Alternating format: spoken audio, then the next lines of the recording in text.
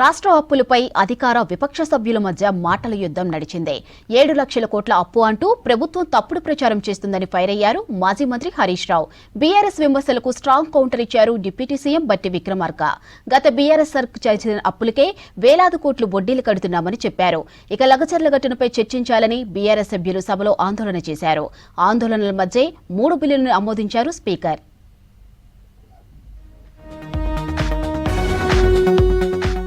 వాడివేడిగా assembly సమావేశాలు కొనసాగాయి. అధికార విపక్ష సభ్యుల మధ్య మాటల యుద్ధం నడిచింది. తనపై BRS MLA Harish privilege motion ఇవ్వడంపై deputy CM Bhatti Vikramarka fire అయ్యారు. తాము 7 లక్షల కోట్లు అప్పు చేశామని ప్రభుత్వం తప్పుడు ప్రచారం చేస్తోందని అన్నారు హరీష్ రావు. అప్పులపై నోటికొచ్చినట్లు మాట్లాడడం సరికాదని ఫైర్ అయ్యారు. దీనిపై స్పందించిన బట్టి అధికారం పోయాక హరీష్ కు మతి భ్రమించిందని అన్నారు. బీఆర్ఎస్ పార్టీ 10 ఏళ్ల కాలంలో 671 అని ఒకరంటారు, 7 లక్షల కోట్లని ఒకరంటారు, 711 అని నోటికొచ్చినట్టు మాట్లాడుతున్నారు. ఈ రాష్ట్ర విభజన జరిగినప్పుడు సంవత్సరం మొత్తానికి 10 ఏళ్ళు వీళ్ళు పరిపాలన వలన సంవత్సరానికి 6,400 కోట్లు కట్టేదాన్ని మేము 66,000 కోట్లు బ్యాంకులు కట్టాల్సిన పరిస్థితి దుస్థితి తీసుకొచ్చారు అధ్యక్ష. వీళ్ళు మళ్ళీ ఇప్పుడు నీ సూత్రాలు మాట్లాడుతూ ఉన్నారు. రాష్ట్ర ప్రభుత్వం ఎఫ్ఆర్బీఎం పరిధి దాటి 1,27,000 కోట్లు అప్పు తీసుకుందని బీజేఎల్పీ నేత ఏలేటి ఆరోపించారు. ఇంత అప్పు చేసినా పప్పు కూడా తినడవుతుందని అన్నారు. 6 గ్యారంటీలకు చట్టబద్ధత ఎందుకు కల్పించడం లేదని ప్రశ్నించారు. దీనికి బట్టి స్ట్రాంగ్ కౌంటర్ ఇచ్చారు. తాము ఎఫ్ఆర్బీఎం పరిధి దాటి ఎప్పుడూ అప్పు చేయలేదని చేయబోమని స్పష్టం చేశారు. ఏ రకంగా ఎఫ్ఆర్బీఎం పరిధిని దాటి తీసుకుంటా ఉన్నది, గ్యారంటీస్తో పాటు కానీ నాన్ గ్యారంటీస్ కానీ లేకుంటే ఏ విధమైనటువంటి అప్పైనా కానీ మరి బ్యాంకర్స్ ఐడెంటిఫై చేసి వారికి 2-3% కమిషన్ ఇచ్చి మరి అప్పులు తీసుకునేటువంటి దుస్థితి రావడానికి బాధగా ఉంది అధ్యక్ష. కాకపోతే 10 సంవత్సరాలు చేసిన విధ్వంసాన్ని మొదటి సంవత్సరంలోనే పూర్తిగా సరిచేయలేము కాబట్టి కొంత ఆ అప్పు 66,000 కోట్లు అది కంపల్సరీ ఆర్బీఐ నుంచే డిడక్ట్ అవుతుంది కాబట్టి కొంత తప్పనిసరి పరిస్థితిలో కొంత అప్పు చేసాం ఆ అప్పు కట్టడానికి.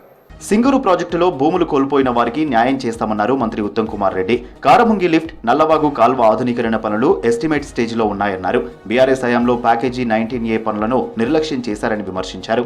ఇవన్నీ ఎస్టిమేట్స్ చేసే స్టేజ్లో ఉన్నాయి. నీళ్లు అందుబాటులో ఉండి కాస్ట్ బెనిఫిట్ రేషియో ఒక రీజనబుల్గా ఉంటే తప్పనిసరిగా అవి టేకప్ చేస్తామని చెప్పి కూడా మనకు చేస్తున్నాను.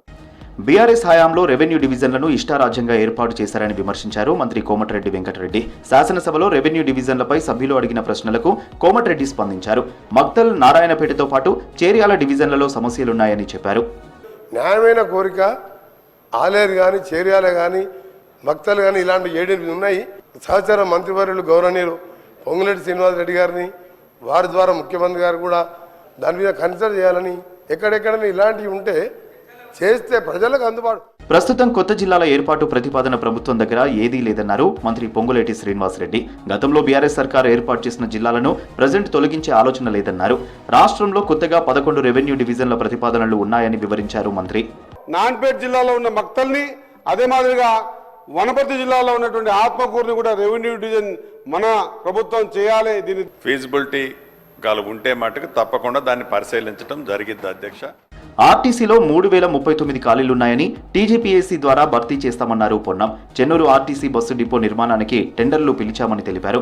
3 రాష్ట్రాల సరిహద్దుల్లోని మారుమూల ప్రాంతం చెన్నూరులో ఆర్టీసీ డిపో అత్యవసరమన్నారు ఎమ్మెల్యే వివేక్ వెంకటస్వామి. త్వరగా డిపో పూర్తి చేసి పలు గ్రామాలకు ఆగిపోయిన బస్సు సర్వీసులను పునరుద్ధరించాలని మంత్రిని రిక్వెస్ట్ చేశారు. చెన్నూరులో 3 స్టేట్స్ వస్తాయి అధ్యక్ష, ఛత్తీస్గఢ్, మహారాష్ట్ర, తెలంగాణ. ఈ అందు గురించి ఈ డిపో చాలా ముఖ్యము. వారి బస్ డిపోకు సంబంధించి పునఃసమీక్షించమని కోరుతూ తొందరలోనే కోర్టు స్టే వెంకట కాగానే బస్ డిపో నిర్మాణం చేస్తామని చెప్తూ వాటన్నింటినీ పరిశీలించి ఆర్టీసీ బస్సులో ఏర్పాటు చేస్తారు అధ్యక్ష. తెలంగాణను టూరిజం హబ్గా తీర్చిదిద్దుతామన్నారు మంత్రి జూపల్లి. టూరిజంపై షార్ట్ డిస్కషన్ సందర్భంగా జూపల్లి వివరణ ఇచ్చారు. గత ప్రభుత్వం పర్యాటక రంగాన్ని నిర్లక్ష్యం చేసిందని చెప్పారు. టూరిజమే కాదు, ధ్వంసమైన కల్చర్ను కూడా పునరుద్ధరిస్తామన్నారు జూపల్లి. మన కల్చర్ను పునరుద్ధరించి ఏర్పాటు చేస్తే చాలా సమస్యలకు పరిష్కారం దొరుకుతుంది అధ్యక్ష. విపక్షాల నిరసనల మధ్య శాసనసభ 3 కీలకమైన బిల్లులను ఆమోదించింది. Young India physical education bill, sports varsity bill, విశ్వవిద్యాలయాల చట్ట సవరణ బిల్లు, తెలంగాణ జీఎస్టీ సవరణ బిల్లుకు సభ ఆమోదం తెలిపింది. Motion mode. The question is that the bill